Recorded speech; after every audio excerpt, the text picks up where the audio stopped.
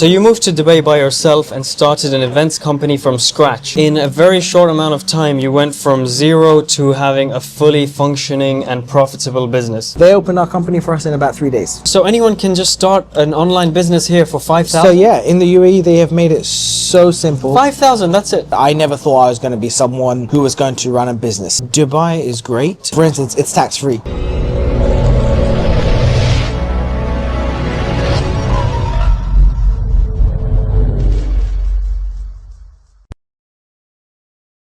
So tonight I'm here with Abdurrahman, and he started an events company by himself. It wasn't by myself. Yeah, with himself and his partner. And today we're gonna go into how it started and how it's going and how you could maybe do something similar if you wanted to start any sort of business. So Abdurrahman, tell us a little bit about yourself. Okay, so my name is Abdurrahman. I moved to Dubai 8 years ago as a student. And once I was done with uni, just after COVID, me and a good mate of mine decided we were going to start up an events company. The reason we went with events company was because during uni we had been kind of working for like our dorms and our unis to run like events, social events for the students, activities, stuff like that. So how exactly did this idea come about? Right, so the idea came about is because when I was during university over here in Dubai, which as it is a bit of a unique thing, not many people are doing university out here. Me and one of my good friends, we were running events for our dorms and for our university, and we realized the bar for stuff being run in this part of the world and this country was very low, and we thought, you know what, we're generally good at this, we're generally more organized than a lot of people around us. So we identified that little bit of okay, there's a gap in the market, or maybe not a gap necessarily, because of course there were already event companies, but that is something that we'd be good at. Now, initially the plan was we'd go do our own jobs, whatever we do in our relative fields. I think he was studying finance, I was studying engineering, then marketing. But what happened was after COVID, my business partner now, he was not working, he was just doing like side jobs, odd jobs, this and that. I was away. Then when I came back, he's like, hey, instead of waiting on doing this, do you want to just start this now? And I kind of just said, yeah, okay, let's do it. Like honestly, if you'd asked me before,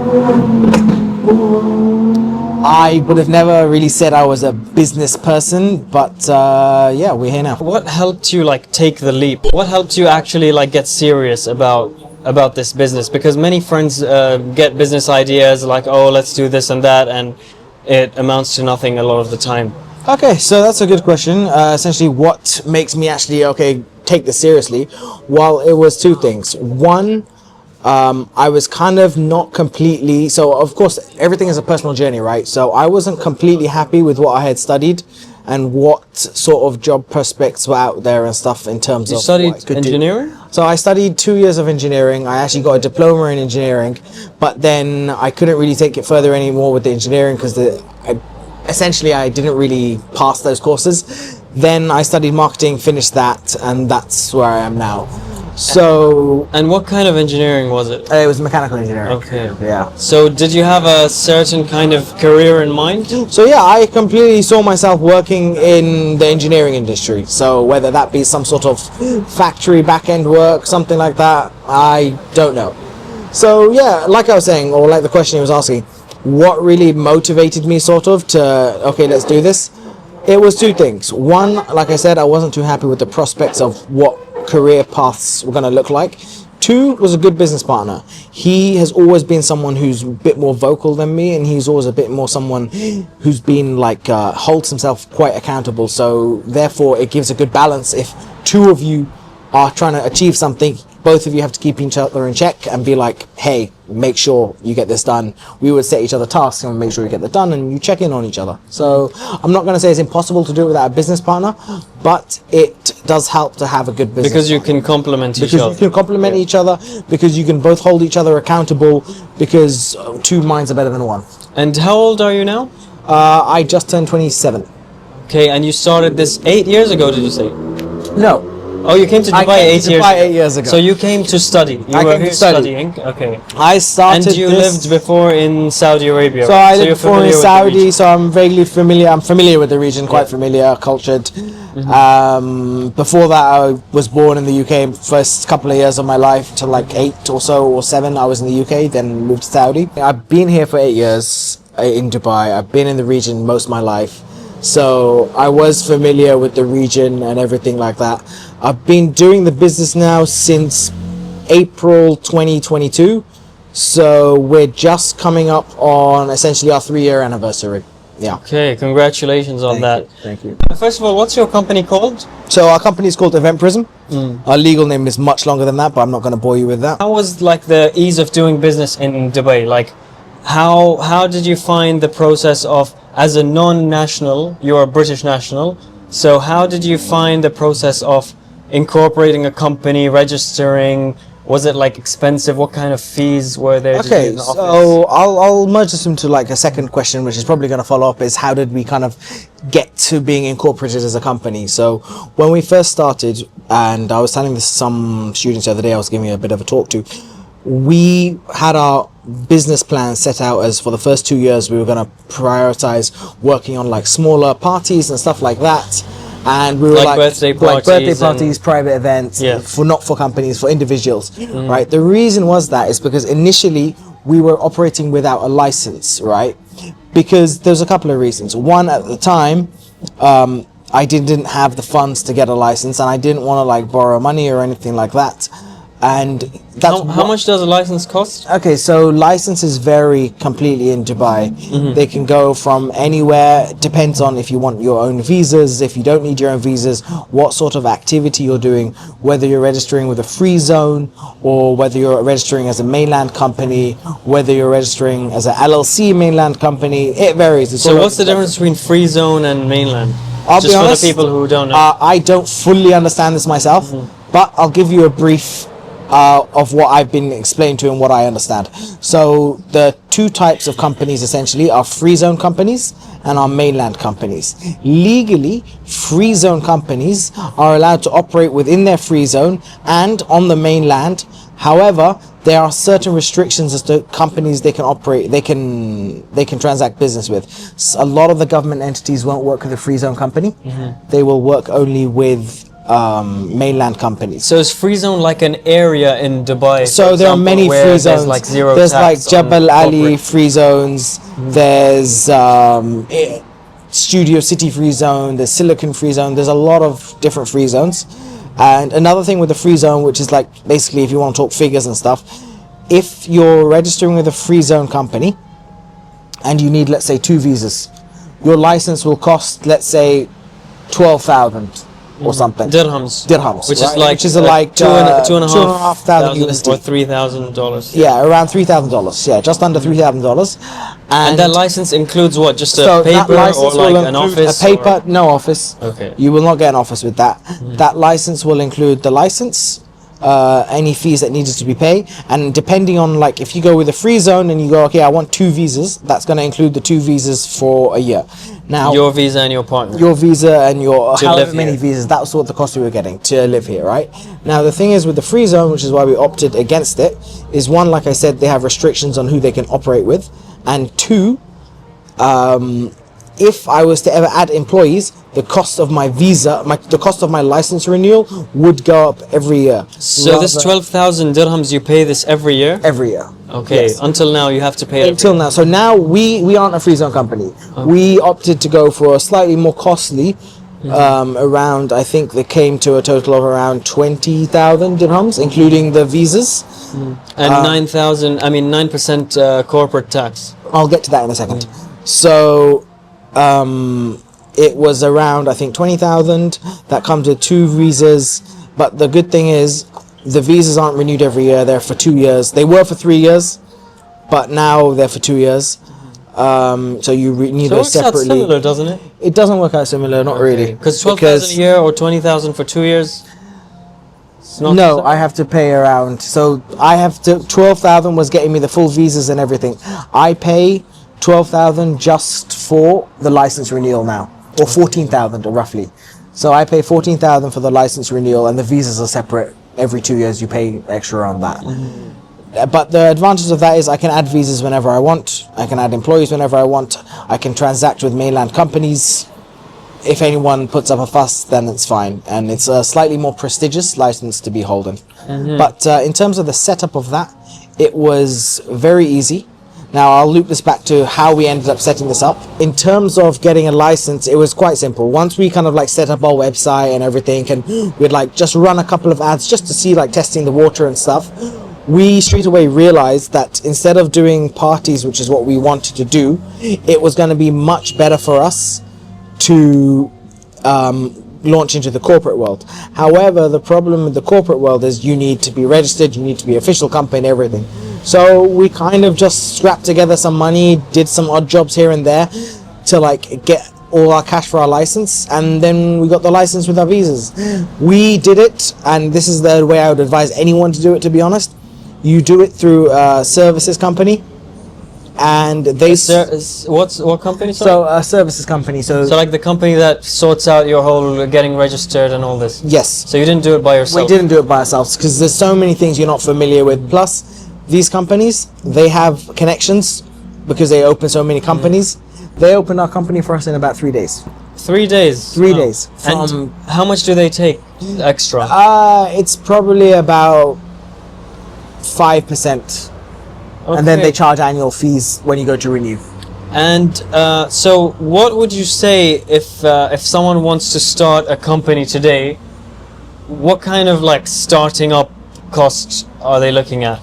So it depends. If you want to just start up an online business or something, you could just get yourself a free zone license and they'll run you about 5,000 dirhams or 6,000 dirhams without a visa. And you can do up to 5 different activities under that. And then how would you get the visa for that? So if you wanted to get a visa, you just simply pay more. Okay, 12,000. That was for 2. It's probably a bit less for 1. So anyone can just start an online business here for 5,000? So yeah, in the UAE they have made it so simple. 5,000, that's it. 5,000 is your baseline. Like $1,500. Is your baseline entry to get yourself fully registered in this country as a business. And they have been making great improvements for business services. For instance, we got lucky when we opened our company. We needed to get a corporate bank account, and straight away we went to one of the biggest banks here. It's the bank I use personally. I've been with them for like 8 years. Since I got here, basically. Yeah, 8 years. They had so many rules and so many restrictions, and they had so many requirements. I was like, you burnt that all the way from there to there. What was that? It was a GT63. Oh, okay. All right. Anyway, so back to what I was saying. So yeah, when we first went to open our company, we had to approach one of the main brick and mortar banks here, and there were so many requirements that we didn't have, and there were so many documentations that they were asking, and the bar for entry was so high. But right around the same time that happened, a new bank was opening up called Weo Digital, and they were a subsidiary of another large bank here, Fab Bank, I believe, and they made the process for registering so easy and so smooth. They really walk you through every single step. They don't require you don't have to jump through so many hurdles as you do with other bigger banks. And yeah, so that's one thing you need. You need your bank account, you need your license, and that's about it. So what do they need for the bank account? You have to show that you've got a registered company. So yeah, for a bank account, you have to show that you've got a registered company. You have to show your visa, your partner's visa, your passport. So if you don't have a partner, then you don't need to, obviously. And there's documents called a memorandum of association. So that shows the share split for your company. And yeah, it has to all be attested. So we had to go to the courts, and you pay a couple of fees, and like a couple hundred, something. It's about maybe $200-300. Okay. You pay a couple of fees, and they attest everything. And yeah, you sign like your partnership deal so that the bank knows who has ownership of this company. So what kind of loans are you eligible for in your corporate account? So in theory, first of all, to touch on the subject, as I was saying earlier, the banking systems, they have been making leaps in the last couple of years to help out small businesses. When we first started, you never saw categories of SME anywhere. You would go to like even get a business mobile number, and they were just telling you all these giant things. So right now, it's very hard to get approval for loans. It's a little bit challenging because they require a couple of things. So like one of the See, this is where the UAE is still playing a bit of catch up, but they are making these improvements fast. So I predict within the next year this will be changed. So like, for instance, when we went to apply for loans, one of the categories they wanted to see a company landline that had been active for 12 months. Okay, which no one even uses. No one landline even now. uses landline a lot of the time. They wanted to see your registered office space. We have a flexi desk because you need to have some sort of a registered office. So we have a registered office flexi desk, but it's just So a what's desk. a flexi desk? It's like in an office you So just have a it's in an desk. office, you have a desk, right? It's not really, there's two types of flexi desks. There's one that is just for official purposes, which is what we have. We don't really get to go there or anything. It's just an office with a bunch of desks and offices and stuff. Or you have the more co-working spaces where they'll offer you official addresses and everything like that. It's just to bridge the gap in between renting out a full office. Originally, there was a lot of requirements when it came to getting out a loan and stuff. So I'm hoping, and I can see it happening. As it is, Rio Bank, they've started, as of maybe 2 months ago, issuing credit cards and loans. So they're trying, because Rio Bank are very pro small businesses and stuff. So they are opening up the doors for people to do stuff here a bit. So right now, if you have a business, you need to have the capital to do your stuff. Like, don't come expecting to just get So loans. obviously, or you could get investors' money, right? You can always get investors' money, Yeah, right? okay. But that requires probably giving up some of your shares or Yeah. giving profit back to someone or something like that. So obviously it depends on what sort of business you are about to open. For us, our business, for the most part, on the smaller jobs we were doing in the beginning, we could always get 50% from the client, and that was sometimes just enough to kind of cover the event. And okay, I have to put in a bit of money from my side, but then you get that back straight away, obviously, once the event's done. But once you start getting into the bigger jobs, that's where you start working with post payments, and it gets a little bit more complicated. So cash flow can quickly become an issue, but you just have to keep on top of that. Yeah, my recommendation is obviously know what type of business you're opening. If you're opening a business that you know is going to require cash flow, then I wouldn't recommend bootstrapping it. You're going to have to come with some cash from somewhere. There's going to need to be some backing. There's going to be either you have personal money that you're willing to put in, or you have an investor, or you're taking a loan from someone, or something like that. So what would happen if you, God forbid, like ran out of money, like your cash flow thing didn't work out? Like, how much time do you have to cover that, or do you have to just shut everything off? Okay, or? so you can quite often, so we work with vendors, right? We have good relationships with a lot of our vendors. So sometimes I'll be approached for a job. Your vendor, as in, like, for example, who's providing a venue or providing So who's something providing for the a event? venue, who's providing AV systems, who's providing backdrops and fabrication, who's covering photographers, DJs, from anything from A to Z. We kind of try to always work with the same people as often as we can, because that's building good relationships. So for instance, now the other day we were doing something, and I knew that the client's payment terms were not really favorable. They were paying after like 30 days, and I was already invested in a couple of other jobs. I turned to my suppliers, I'm like, look, for this one, I'm going to be able to pay you after 30 days. And 90% of the time, if you have a proper working relationship with the client, with your vendors, they'll be able to go, okay, no problem. Sometimes they'll ask for post-dated checks, which is also okay. They'll say, okay, give us a check for 40 days time or 50 days time. And that works as your guarantor, sort of. So your partner was your friend? Or was it someone you just met for business? Or No, I knew my partner quite well for about 5 years before that. did you like study together or something? We were staying in the same dorms. Okay. Yeah. And a lot of people say that you shouldn't start a business with a friend because it'll ruin the relationship and things like that. So what do you think of that?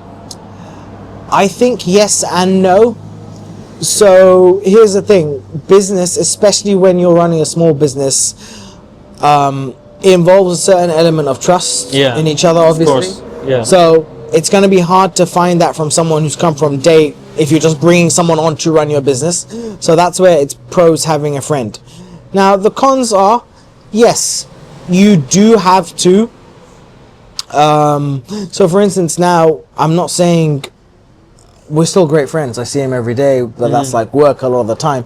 However, on days off, we go out less because we spend a lot of time working together. So if your intention was that's going to be the same person you roll with every single day, and you're fine doing that, fine. But if it's someone like, for instance, me, after spending 5 days of the week and evenings sometimes and working weekends with my business partner, when I want to go out for dinner, I want to go out with someone else just to get a different opinion on something, maybe, you know? And have you and your friend or partner ever had like a falling out over the business, or like a fight, or We haven't had a falling out, but we've had many disputes, yes, of course. Okay, we have but they disputes. all like are manageable. They're and all you can get manageable. over. Obviously, you always have points. As long as there's no like distrust kind of. So long as that's key. Yeah. So long as there's no distrust, I have 100% trust in him, and I'm sure he has 100% trust in me. So long as you have trust, it's fine. You can have a dispute. We get into plenty of arguments over, for instance, no, I don't think we should be charging this client this low. It should be higher, and we have counter arguments and stuff, and we quite often come to a compromise, or just we agree something. That's it. And have you ever like tried doing a venture with someone and got like scammed or cheated or something like that? Broaden that question a little bit. Like, have you ever had a bad experience with a partner before? With a vendor, or like No, with like maybe another business. So you did. no, this is my first business I've ever Okay. done. So Okay, and so far it's been running for like 3 years, right? So And it's far been 3 fine. years. Yeah, alhamdulillah. Okay, So far. alhamdulillah. So what kind of margins are you looking at? Like vaguely, like is it how profitable Okay, is so events? I remember he's talking about arguments. One of our first arguments we had, and it was a big one, was I was adamant that we should have a fixed margin on a lot of stuff. And he was very adamant on, no, we don't need to have a fixed margin. It doesn't matter what the margin is, so long as overall we're making good money on this job. And I'm a big numbers guy. I like spreadsheets. I like stuff like that. He's less of that. I'm more corporate than him. He's less corporate than me. Okay, so I get off with all the sheets and all that stuff. I like all of that stuff. But one of the biggest arguments we had, this was years ago. It wasn't like a big. It lasted like that. The session we were doing was about the fixed margins. But you can't have a fixed margin. What you can have is you can end up having fixed margin or a minimum margin. No, we don't have a minimum margin. So for instance, there's something we always say. There's 4 or 5 ways to profit from a job, from a client. So number one, obviously there's money, but I wouldn't even put that always as one. So did I make money on this? Did I make good money? Cool. Number 2 is experience. Did I learn something new from this? Is this going to, for instance, we can propose to someone 1,000,001 times that we can set up a giant stage for them. But if I've never done one, I've never done one. I don't actually know what could go wrong. So that's number 2, trying something new in your industry. Right. Number 3. So that's where you'd be flexible with the margin. I'll cover that. Number 3 is content. Can I get some good content from this? Cool. Number 4 is clients. Clients are essential, because you hear all the time people talking about, get yourself published so you have like trustworthiness, or get yourself into like articles so that people know who you are and stuff like that. For us, since we're a corporate company, the biggest thing and the most important for us thing that works to get us new clients quite often is showing trusted logos on the front of our page. So we refresh that every 6 months, and we always make sure that whatever logos are on the front of our business are the biggest logos we have. Even if like there's one client on there, the job was so small, we made peanuts on it. But I was like, you know what, that logo is going to slap on the front of our website. So just make sure we put that up there, right? So yeah, those are the 4 ways, and there was a 5th one that I can't quite remember, but we'll get there. So how did you get your first client? So first of all, you started with like birthdays or something like that? So little, like, first of people all, events. whilst we were still getting together our license stuff, we were just doing a little bit birthdays and stuff on the side. And then we, like I said, we quickly realized that the real money is in corporate. So we were like, okay, we have to make sure we get this license as soon as possible. And so we just scrapped together whatever money we could, did whatever couple of side jobs. We were selling stuff on like Dobizzle, if you're familiar with that. It's like an eBay over here. We're going in our rooms and just like finding random stuff we could sell, old suitcases, whatever. We got money from everywhere. Okay. And yeah, and then we got our license and we put that together.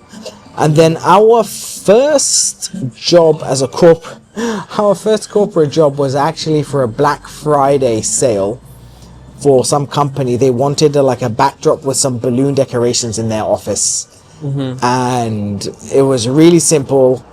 and that was our first one. It made us like $200, and that was it, right? Then straight after that, we did one of, to be honest, it was a quite a decently large job that we did. It was essentially this group of people, like they were like a youth support group, and they were doing like a summer camp in Dubai, and it was like all sponsored by like charities and stuff, and they needed help with like the accommodation, the logistics, the AV and the stuff for like a week there, and the transport. So we arranged for like, I think it was 200 students nearly, and all the accommodation, all the meal 3 times a day, transports from the airport and back. So yeah, we arranged all of that, and that was our first corporate job. It was just, we got a phone call to our business phone, and it just seemed a very loose thing. And I was like, you know what, it doesn't seem like this is going to pan out, but let's keep tabs on it. And we did, and it did pan out. And so that was our first biggest job. And is it still just you and your partner in the company? You don't have So any other it is still employees? just me and my partner. That's a question I get quite often. People are often surprised. However, we have such a surplus. We outsource a lot of stuff. We have a surplus and a group. We even have a couple of WhatsApp groups of our regular freelancers for events. So like earlier this year, or like end of last year, we had an event where we hired 30 people for the day. So we'll have many staff on the day. Sometimes we need so many staff, we go to staffing agencies. So yeah, right now we don't necessarily see the value of getting multiple employees full time, because pay a visa, pay insurance, visas, everything like that. It's It's a lot of expense, whereas I can just subcontract and freelancers. And events is like in itself a low cost business. Like you don't have to like rent huge offices and pay events for, are relatively but you low have to cost. fund the event. And so when we first started, one of the things we were doing was we did research into like our competitors, or people who we hope to become our competitors, and we watched videos with some of their founders and stuff, and a lot of them were talking about how it was freelance all the time. And like even now, events are a very seasonal thing. So it's not necessarily because of weather, as everyone thinks, oh, is it just because the weather's nice? No, it's mostly, I would say, linked to school terms, because people take holidays and then companies are put off from doing events because not all their staff is around. Or for instance, here, because so many people travel back in the summer, it gets quieter and stuff like that. So you will often find you don't need people for 4 months of the year, 5 months of the year sometimes. So that's just kind of a wasted employee. And until you've got enough business in those parts of the year, and until you've got enough cash flow to consistently sustain salaries, we've decided that's just not something we want to get into. How much money are you guys making? Like what kind of figures are you looking at? So you started with small, like couple $100 kind of things. Okay. Like in a year, what kind of so I'll put it like this. For 2 people, we're making pretty much a decent salary for somebody of our age, a bit higher than that. Okay. A bit higher than average salary, and you can maintain that Take home income. The hardest and thing, it's tax free. okay, so here's the tax.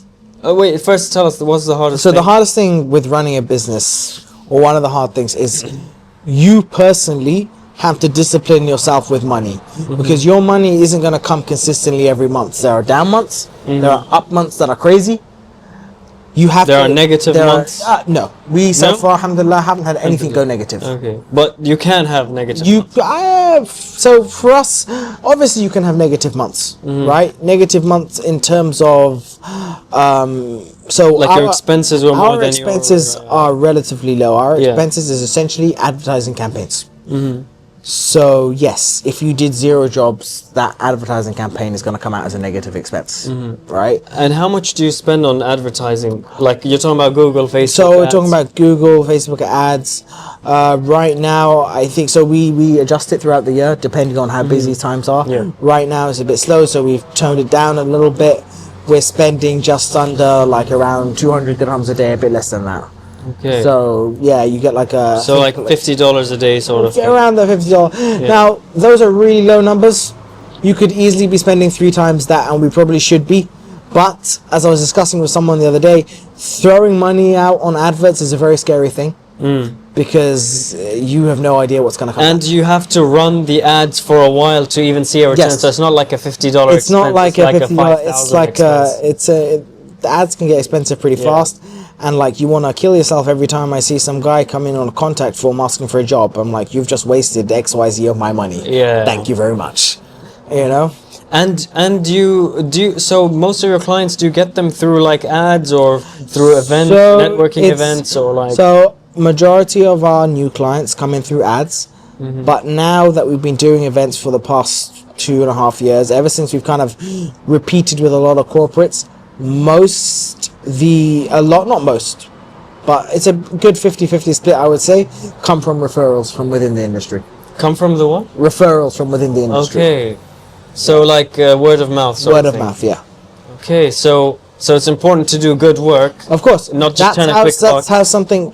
We always pride ourselves on making sure we do good work because we know that comes back to you. So, for instance, I think I started on this. I didn't finish. Our 3 types of clients we have. Okay, so maybe I didn't mention this, but so essentially we have like 3 types of clients. 1 is like private companies. 2 is like government entities, and 3 is event networks, people from in the event industry. So each of them have their own advantages. I'll be brief about that. But for instance, with private companies, you can always expect quicker profit turnarounds on private companies. You can always try and make them be flexible. They'll be a lot more flexible with their payments than, say, government industries. And they always have more cash flow than event industries, because event companies don't hold on to a lot of cash, because a lot of the cash... Because they're like you guys. They're like us. They're passing it on. Obviously, these... So are they like an event company and they see that, oh, you guys are better at making a stage, for example, so we'll use you for this? And so I'll give you a good example. There is a company we work with a lot. And we know the owner, or she runs the company, so it's a decently large company now, but they specialize in doing all the setup, the decoration, the theme of an event and everything like that. We come in, we do the logistics, we'll run all the activities, we'll bring in all the stuff, we'll come up with the concepts of all the activities and stuff like that. And yeah, so she comes to us, she goes, okay, I've got this job, I will give you this part of it. And she presents one invoice to the client, we get paid by her. At the end of the day, if the client doesn't pay her, that's on her, because we're one of her vendors, she has to just pay us. And that's the same goes for us. If we've hired out 15 staff and we haven't been paid by someone, I still have to pay my staff. So the pros of each one, like I said, the pros of the private, they're usually much faster than any other person, they're more flexible in their payment terms. The pros of the government is 2. 1, they often pay larger numbers, and they have many departments. Governments go deep. They have lots of departments, so once you do one, they'll quite often chuck you to the next department. That's government. That's government. Okay. Then the and pros, government is huge, like they have a hand in everything. Exactly. Then the pros of event companies is the volume. Because they work with so many other people, they have the volume. Plus, they understand when I tell them I need XYZ by this date, they understand why I need XYZ by this date. They can bend the clients to push forward, push faster in terms of confirmations on numbers, confirmations of how things want to go. Event companies will feed you more events because they are getting more inquiries than one company's single amount of events. They get companies inquiring, multiple companies inquiring. What are the challenges you guys have in your business? So the cash flow is a challenge. Okay, so being seasonal is a challenge. I'll give you challenges of business in general, okay? Not necessarily specific to events, because I think this is probably specific to everyone. So the number 1 challenge you have is not necessarily cash flow, because cash flow only becomes a challenge when you have events to do, or when you have products you need to buy or something, for instance, if that's your event, if that's your industry, right? The number 1 challenge you have is trying to get clients. It's trying to get clients, trying to get customers, whatever your industry is. And we're always trying to expand how we're doing that, whether it's new advertising campaigns, networking, cold reach. There are many different ways to try and drum up business, and we're always trying. Now, for us personally, right now, the biggest challenge we're facing is still kind of the volume of clients. We're trying to make sure we're sustaining it all year round. It's going okay. I can quickly see, and I'm trying to learn how to change this. The next challenge being growth. How do you turn it from scalability? Yeah. Exactly. How do you turn it from just a two-person business into a corporation, so to speak? You'd probably need investment. So a lot of the advice I've gotten, a lot of the stuff I've seen is just outdo yourself in terms of work. Take on so much work that you have to grow. So for instance, if I take on, like this year, You'll have to hire another manager. I will have to hire You'll have another to do manager. this, yeah. I will have to hire someone, and then you just fill the boots of that person and make sure you get enough work to sustain that.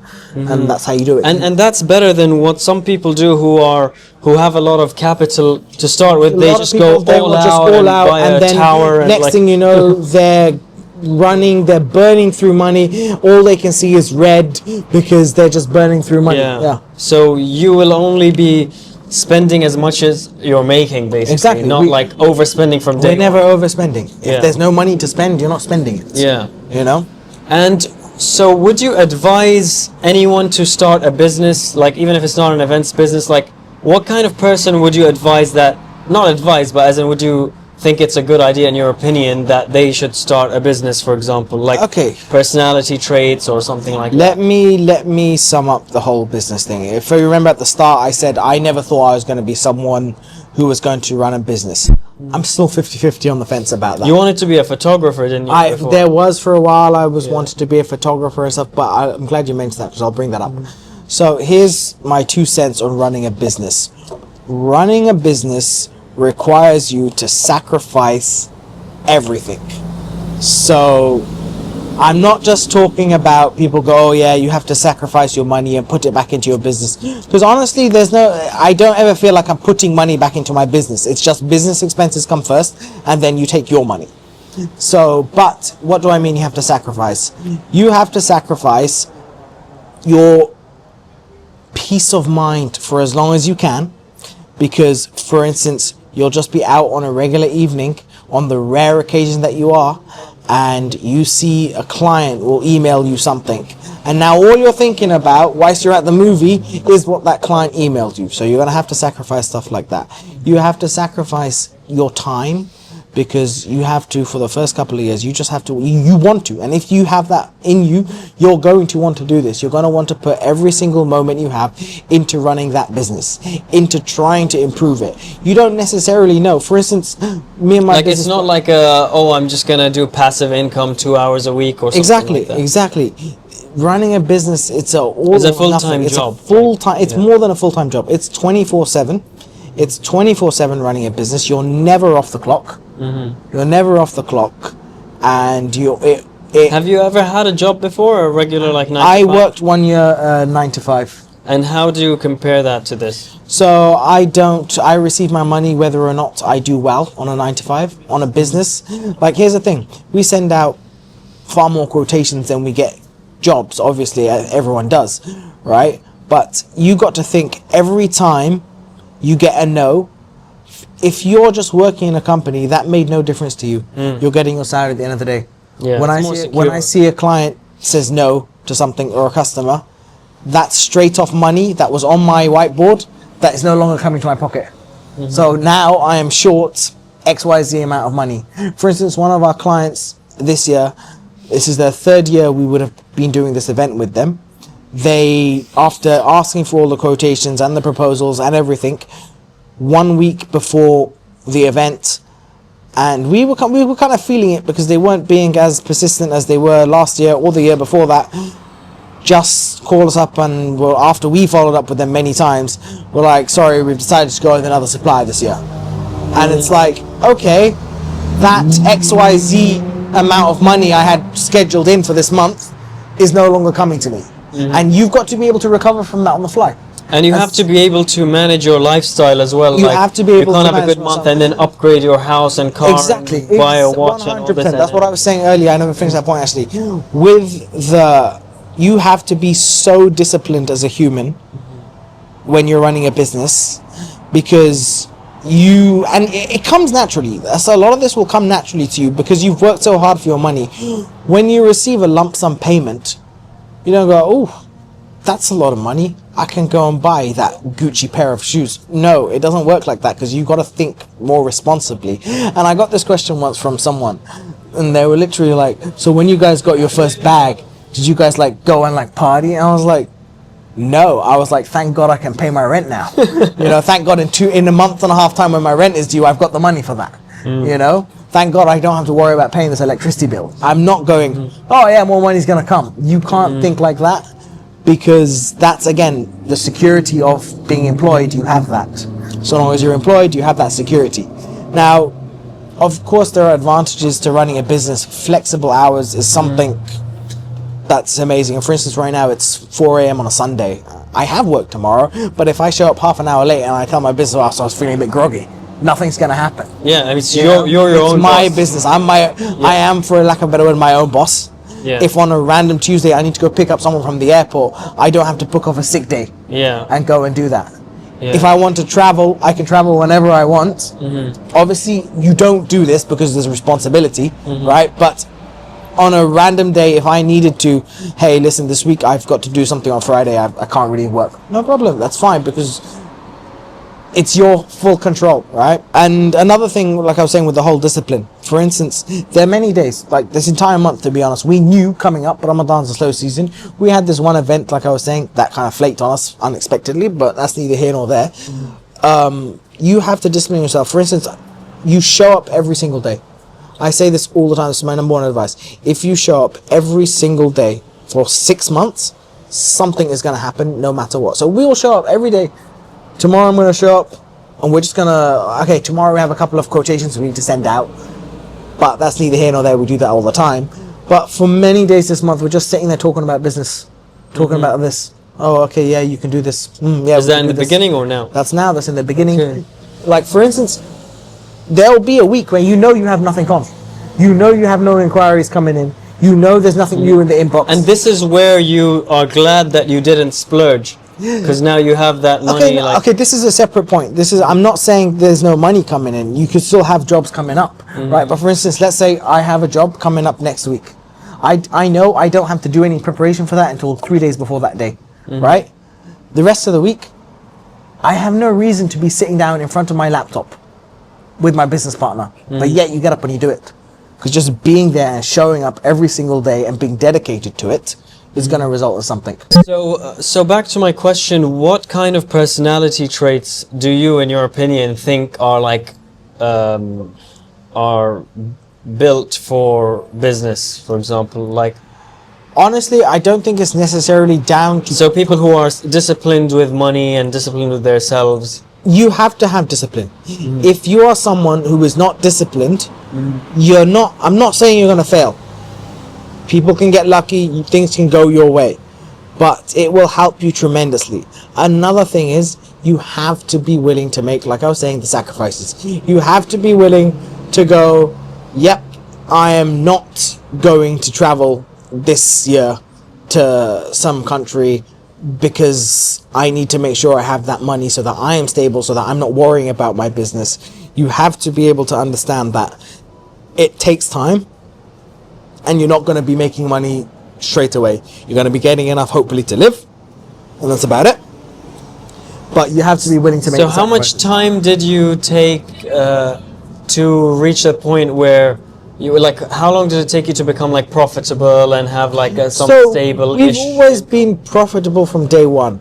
Stable income, I would say, has been probably about a year to a year and a half. Alhamdulillah, stable income coming up. It took a year and a half to reach stable income? Yeah, essentially it took a year and a half to reach stable income. But like, here's another thing, and I'll touch on this. You have to be, forgive my French, you have to be incredibly ballsy when it comes to doing business stuff. You have to be incredibly ballsy. Sometimes you have to make gambles, obviously educated gambles. So for instance, and sometimes you have to put the pressure onto yourself. It's very hard. I was talking about this the other day with my business partner, because like, alhamdulillah, now more stable income, more money coming in. It's like, this is kind of a new era where we have to see how we function when the pressure isn't completely on. When I know that I can drop this client, I can turn down this job, and I'm fine. I'm good for the next 4 months, the next 6 months, it's fine. I don't need to worry about getting this job. If this job doesn't come through, move on, right? Versus when you knew that you had to get this, otherwise you're not paying rent. And that's how empires have collapsed, you know, when they were starting off, they would conquer, they would do all this, and then when they would get comfortable, they would become weak, and then they would get, so you have to keep you yourself, have to make sure you have to keep yourself, but you could raise your standards as well. You have to always raise your standards. You have to always make sure you're keeping the pressure on yourself. And that's where having a good business partner comes in, because you can both keep each other in check to make sure, okay, we're keeping our goals like this. And here's something I'll say. Always plan for stuff. Obviously be flexible, but always make sure you have a plan of where you're going. Always have goals to achieve those goals. Always set goals higher than you know you can achieve. And hey, if you fall short, at least you weren't falling short of something that you could have achieved. Because if you see yourself being able to easily achieve that, you're never going to try and go harder. And isn't it then important to also treat yourself sometimes? Because the more you like make yourself used to a better lifestyle, the more that will be like your requirement. Because now, for example, maybe you know that you can, like you said, you know you can pay your rent, you know you can eat. So maybe you need to have like a higher thing that is your minimum. Okay. Like I need to have this kind of thing. I see your point. You know what I mean? I see your point. And I'll take it two ways, okay? There's one way where you look at that and you go, okay, let me now start. I'll give you an example. You can go, okay, for when I started my business, I was living in my uni dorms. They have no pressure on when you pay, really. I've known them for a long time. It was flexible, whatever. When we got our first amount of money, that was just enough to put the down payments, because here you need to put security deposits and you need to put deposits with the different water and electricity and the phone networks and stuff when you move out, when you move into a building here. So we had just enough to put down those deposits, pay the 3 months of rent, and maybe have like a couple of, maybe like $1,000 left over for a bit of living.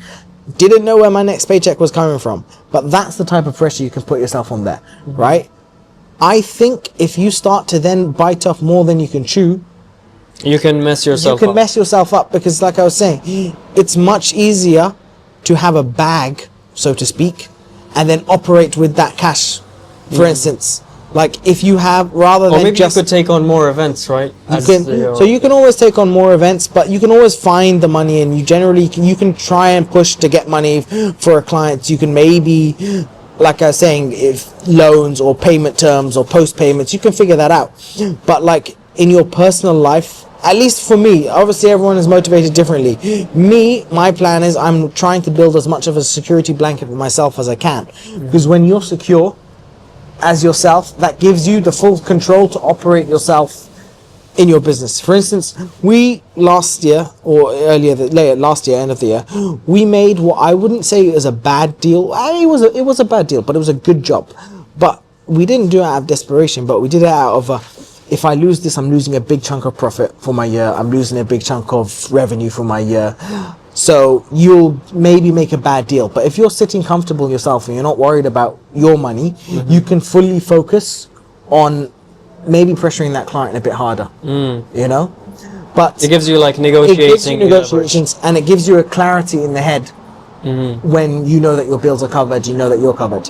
Now, I understand where you're coming from, saying, okay, if you just keep on upping your standards, then you're always going to find the money for that.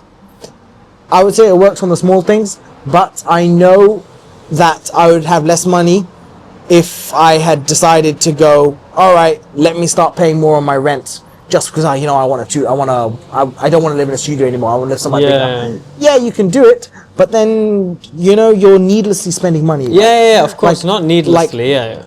Obviously, right now. So, like for instance, the last 2 years, I took a big sacrifice on like gym, eating healthy, all of this stuff, going to doctors, getting dental work, getting skin routines, everything. So now I've come back to it. I'm like, okay, now money is better.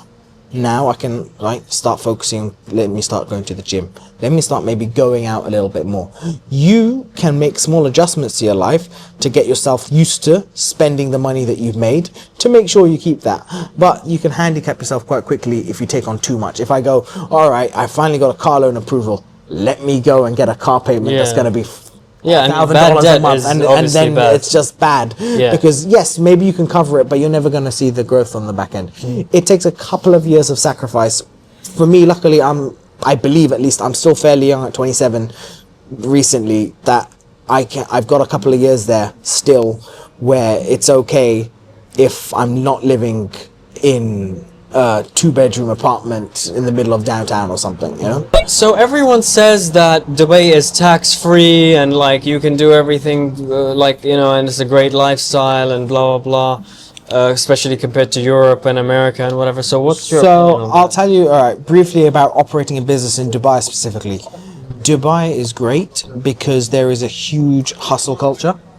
There is a huge drive from whether it's government or private to get events. I'm talking specifically, but businesses in general.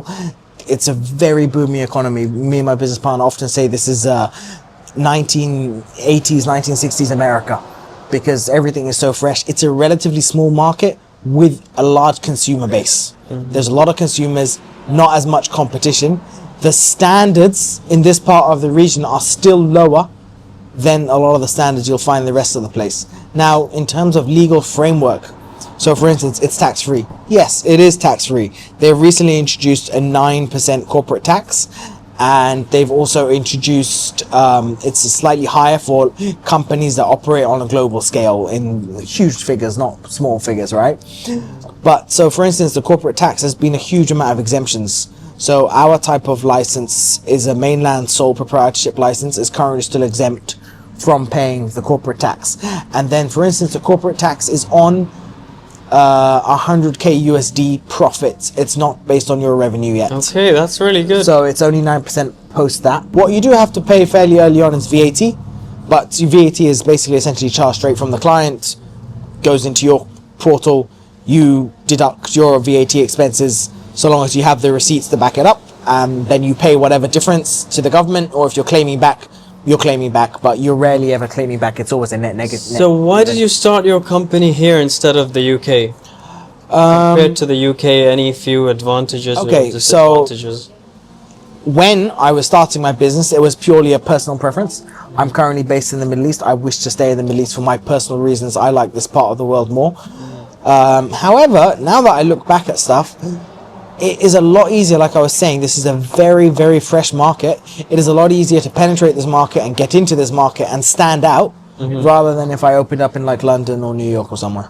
Thank you very much for all the information you gave us today. I know you have even more information, but we can't keep this video this long. Maybe next time. Make sure you check out his events Instagram account. I'm gonna attach it below and stick it on the screen somewhere. If you need any sort of events, make sure you reach out to them and hopefully they will give you a good deal. Yeah. Make sure you comment and like and let us know your thoughts below. Subscribe to my channel, follow them on Instagram, and we'll see you in the next video. Oh, that's it. Thank you very much for having us. All right. It was a pleasure.